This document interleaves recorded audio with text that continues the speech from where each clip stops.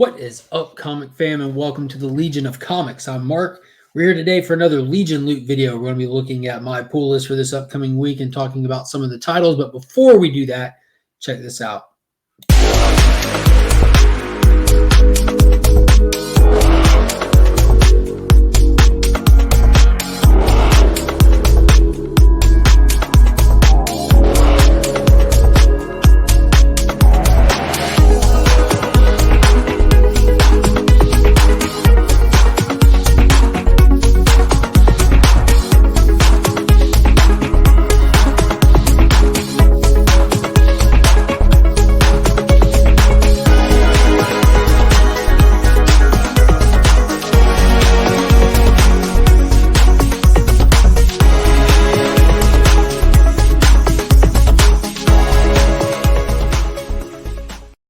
Let's give a huge shout out to the channel sponsor, Big Time Collectibles. If you're in the market for any amazing exclusives, high-end ratios, or making those FOC orders, head over to BigTimeCollectibles.com. They can help you out with all of that. You can also follow them on Instagram and Facebook. They are the sponsor of the monthly Legion Loot giveaway for the channel members, and we cannot thank you enough. Also, if you're looking to get any books cleaned or pressed, look no further. Justin Comics on Instagram can take care of you for as little as $10 a book. He's got some of the fastest turnaround times. He can also submit directly to CBCS and CGC for you. Do not forget to use that promo code WeAreLegion and take advantage of the buy two get one free promo that we have running right now. All right, guys, let's get into it. There's an awesome week of reads ahead of us. There's some major stuff that I'm excited for, and I cannot wait to get my hands on them. So first up on the list is Batman number 117. So this is slated as the finale to Fear State, even though there is the Batman Fear State Omega one-shot that'll be coming down the road. They started this whole thing off with the Batman Alpha book, so this might be the big fight finale, and I guess that might just be the aftermath. We'll see, but after the events that took place with the Batgirl and Nightwing in the Sky Base, this is where that's picking up from there, so there's going to be a big battle after that. So I don't really know. I'm so far beyond caring about Tynan's Batman at this point. I'm just hoping for an entertaining fight. And we got to see him knock Scarecrow in the face last issue, but we'll see where it goes and see if it can finish strong and see what's left over of Gotham after it's over and what Joshua Williamson's going to be picking up with 118. So next up we have Flash number 776. So I am super excited about this. So this is Jeremy Adams writing this title, and he's doing an amazing job. He really understands his core characters that he's working with.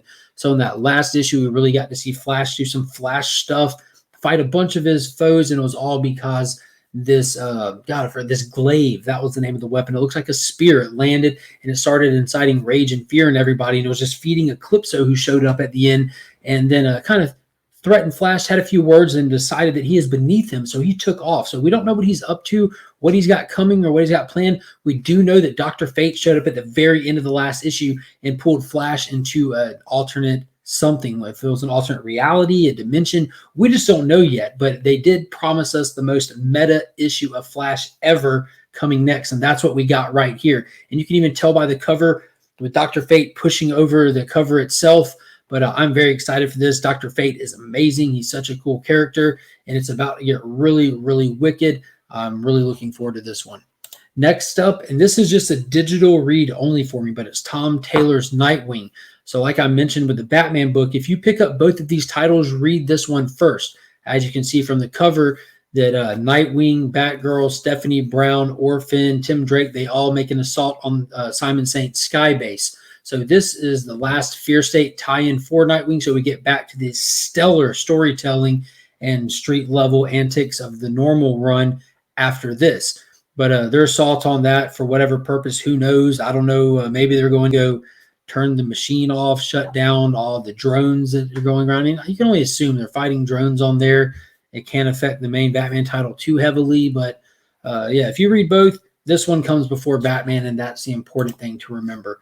Next up, Justice League number 69 is back from Brian Michael Bendis. So we have the Justice League being confronted with the fact that Checkmate is now on the board. There's so many moving parts going on in this with the United Planets, with Checkmate, with the Justice League. I'm excited for it to get a little bit grounded, because now that that last story arc is over, they already teased and led right into this Checkmate one. If If you haven't been reading it, there is a Checkmate mini-series going on right now, kind of explaining more from their angle, as well as how they're tied into the Deathstroke Inc. stuff. So there's just a lot going on in terms of espionage and teams in the DC universe right now. And this is pretty much the only one that I'm reading. I feel like it's giving you enough in this that you don't necessarily have to branch out into the other ones. I definitely would like to, but there's just not that much time in my week. So some books just don't make the cut. I think Brian Michael Bendis has been doing an absolutely fine job with balancing this team and doing a good character balance and spending a good amount of time. He's very true to each of the characters that he's been working on so far. Naomi seems to be the breakout star of this book as of now, and we did get that information with DC Fandom that she's getting her own TV show coming up. So I do expect to see more and more of that character moving forward, as well as solidifying Black Adam on the team as not just an anti-hero, but a potential hero. I don't necessarily want to see him go that route. I'd rather just see him be tolerated than be an actual lead good guy. We don't have much room or necessity for both him and Superman. Curveball, though, Superman's done left Earth. So we shouldn't be seeing Superman in these books anymore. So are they going to let Black Adam take that role on the team? The dynamic keeps shifting and getting stranger and stranger. So I'm definitely in for the ride on this one. Next up from Tom Taylor and Marvel Comics, we have Dark Ages issue number 3. So they let us know in that last issue that Apocalypse has got power. The whole planet is seated in darkness, but Apocalypse has found a way to manipulate, using the Purple Man, other heroes and villains in the MC or in the 616 universe, and start working a plan to wake up the sleeping god. He had some dumb name. It was like the D-Maker or something like that. The Unmaker that ended up setting these whole events off. But he needed Iron Man for it, and that's where they left us, with Iron Man getting taken over by the Purple Man and seeing that Magneto is being used as a human battery to run his plant. So we're going to see if Apocalypse stays the main villain in this story, or if this is just a passing by as we get to the Unmaker and the bigger story at hand. Either way, I'm definitely in for it. Tom Taylor's writing a really cool series. It's almost like a Marvel Elseworlds or What If, kind of like how Deceased is for DC. That seems like, or Dark Knights of Steel. It's kind of right in that same alley as those other projects he's did, but it's cool getting to see the Tom Taylor take on these Marvel characters, more of like a steampunk era now that there's no power or anything, but I'm excited for it. That's also another one that I just read digital. Next up, Superman, Son of Kal-El, number 5. So here it is. Some people love it, some people hate it, but everyone's been talking about it. This is the coming out of Jonathan Kent as bisexual, where him and his boyfriend, it's not his boyfriend, but this kid that he's been attracted to, I guess. I keep forgetting his name, so I apologize. But Superboy went out all hot-headed to go face Bendix, the dictator of this nation that we've been seeing a lot of refugees flee to Metropolis from. And he went to go face him head-on and just ran into a trap. And we also found out in that last issue that the boy that he's interested in is also a meta himself from the experiments that have been going on by Henry Bendix. And I think it's pretty funny that Brian Michael Bendis' run was so criticized, and they made the very first villain of this be Bendix. So I don't know if there's a little inside joke there or what, but Tom Taylor's been writing this one as well. It's been really phenomenal. He's really nailed this character down, setting him aside different from his dad who came before him. So I'm excited to see where it goes and see if they can continue to write a solid story minus all this fanfare and fishing into the media that they've done. Maybe they'll bring in some new readers, and more importantly, we can keep some new readers. So we'll see. Next up, guys, here it is. One of the most talked about books in my circle is Nice House on the Lake, and this is number 6. This is the halfway point, and this book is taking a hiatus until March of next year. Big shout out to Sector 2815 for dropping that news first before I heard it anywhere else, and I've been excited and sad to see this issue come, because I now have to wait a few months before the next one. But this book has been the biggest mystery wrapped in an enigma out of anything I've ever read. It just has you sitting at the edge of your seat, looking over every fine detail, just trying to find a clue to solve this mystery. And they just keep making the mystery bigger and bigger. And just when you think that you might be getting answers, this issue comes along and it just delivers even more questions, even more mystery. And every clue that we picked up along the way is about to get turned over on its head as these new revelations fall and they leave us hanging for these few months. But long story short, these members of this house found one of their lost friends. They thought that it was just these 10 members, and there's now this 11th person. Just throws the whole dynamic off, throws all the theories off. And if you've been following all the little clues, which include the symbols on the cover, it even has thrown the symbols on the cover off, We went from having 10 consistent symbols representing each member of the house to having 11 different ones, where even the symbol that's highlighted that's representing Reg, this new character, differs from a symbol in the last one. That might sound crazy to you now, but if you're reading the book, it makes perfect sense. It's about to get nuts, and I hope when this book comes out, you all will come hang out and break it down and talk about it on At Week's End, because I cannot wait to dive into it and reflect on these first 6 issues. I'm definitely going to go back during the break and read through all 6 of them again. Might even get like a cork board and start running twine out around there or something. I don't know. So next up, probably the most consistent and most hard-hitting monthly title from DC Comics, and it's the backbone of continuity at DC Comics, Suicide Squad, number 9. So what we have here is Amanda Waller is so close to having everything that she needs to make her assault onto Earth 3 and reset up shop over there, but she needs one final thing, and it's located on Oa, the home of the Green Lantern Corps. So once again, Suicide Squad proves that it can reach into every corner of DC's continuity and bring it all together and tell such a large-scale story, just so hard-hitting. It's relentless. So we've crossed over with Crime Syndicate, with Batman, with Justice League, with Swamp Thing. Now we're crossing over with Green Lantern. So I'm really excited for this. I've held off on picking up the Green Lantern's titles during this new era, but this has already got me wanting to go back and read and catch up on those first 8 issues. But I can't wait to see what they're going to do, see what Green Lanterns are highlighted, and see, more importantly, how this might affect the Green Lantern title itself. So this one's a little iffy here. I think this was on a list last week that I did. Image Comics distribution recently has been a little spotty and a little off. So if you didn't get it last week, it might be out there this week. Primordial issue number 3. So we saw in that last issue more details on Leica, the dog that Russia had sent up, and where it crossed paths into the void of questionable origin. We don't know if it's extraterrestrial, we don't know if it's a monolith kind of thing like 2001: A Space Odyssey. We just don't know. We just know that these animals have gone to space. They have found something out there that has brought them into some place, and that's all that we really know. So now we're going to be diving more into the people that are back on Earth trying to solve that mystery themselves, where Pembroke and Yelena are kind of diving into any kind of details and clues they can find in Russia, and how the KGB is supposedly trying to stop them along the way. So there's clearly characters in this book that have answers, or at least think they know what's going on, and we are following the characters that are trying to get that information. So if they get it from them or not, I don't know. I'm excited as the reader to go on this mystery with these characters, though, and see what happened to these poor little space animals. Next up, we have King Spawn issue number 4. And who is it writing King Spawn? Sam Lewis. So he's working on this book. Of course, it's the Todd Father's love child there. But it's been cool seeing a new writer on it.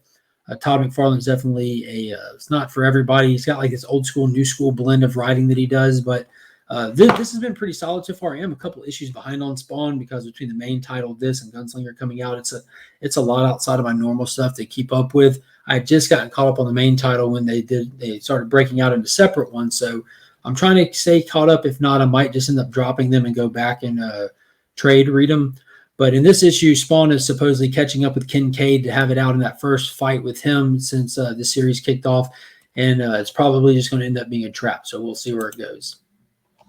Next up, Supergirl, Woman of Tomorrow, 5 of 8 by Tom King. So we get the next chapter in this space spaghetti western style story of epic proportion, where Supergirl and her young little travel companion are on their quest for vengeance, and they're still playing catch up to the man that slaughtered her family and killed her dad. So just this has been such a delightful story. It's been awesome how not only has it been a linear story of them trying to catch up with this character, they're treating every issue almost like episodically, like its own little slice with its own little message and its own little moral, almost like an episode of a TV show. So I'm excited to see what they're going to do with this one, how much closer they might be getting to their destination point, and what lessons they might learn along the way.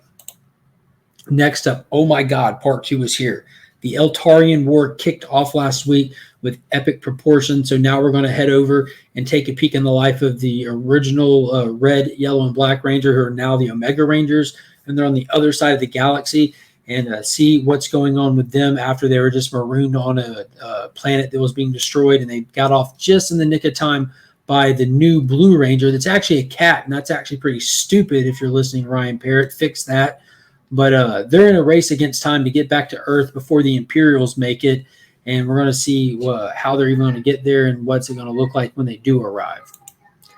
Next up, unfortunately, issue 4 of Eat the Rich comes out, and this is not one that I'm excited about reading. It's been one of the most subpar books I've read in a long time. It's just regurgitated from so many other medias that have done it before them, but it is talked about on other channels, so I will be reading it. And if you do want to break it down and talk about it, be sure to check out Burke Family 54's comic on Thursday nights, because we tend to review this book on there, where I think with that last issue, pretty much most everybody that read it kind of just, I think, were like, yeah, I'm not feeling it anymore. I was kind of not a fan of it after that first issue. Just felt like everything else that this story that's already been told so many times before, but I'm not feeling it. I'm going to be reading it digital though. Next up, Chicken Devil #2. So this is my favorite story about the chicken owner whose friend gets him confused up with the Russian mob and gets his family slaughtered. It's my favorite one of those kind of stories. It was absolutely a blast to read. Brian Buscioletto is writing it, and it's from Aftershock Comics. And basically, this restaurant owner who his partner was doing dirty dealings with the Russian mob and tried to screw him over and ended up backfiring and causing his whole life to get destroyed. So he now literally has nothing to lose, and we're not sure if he's going on a quest of survival or vengeance yet. But it was very dynamic storytelling. There were surprises around numerous corners, and it was a good balance of just tragic and comedy. So I'm excited to dive into the second issue and see what direction they're going to go with it, and see if they can continue to deliver on that, moving past that first issue of Shock. So that's pretty much all that I have on my guaranteed reading list, but who knows what else I might take a peek at or try to knock out before the week is said and done. And if you want to know what my #1 pick for the week is and why you should consider picking it up, head over to the Comic Vets channel, hit that subscribe button, turn on those notifications, because every Sunday he drops a video where him and I both give you our top picks for the week and tell you why you should consider picking them up. And I also want to give a big shout out to Paul and Donna over at the Augusta Book Exchange. They're the keepers of my comics, the guardians of my pool box. I always make sure everything I'm looking for is safe and secure and ready for me when I get there. You'll find no better customer service anywhere. So if you're ever in the Augusta area, be sure to stop by there, tell them hello, and let them know that we are Legion. So until next time, guys, as always, I'm Mark, but we are Legion.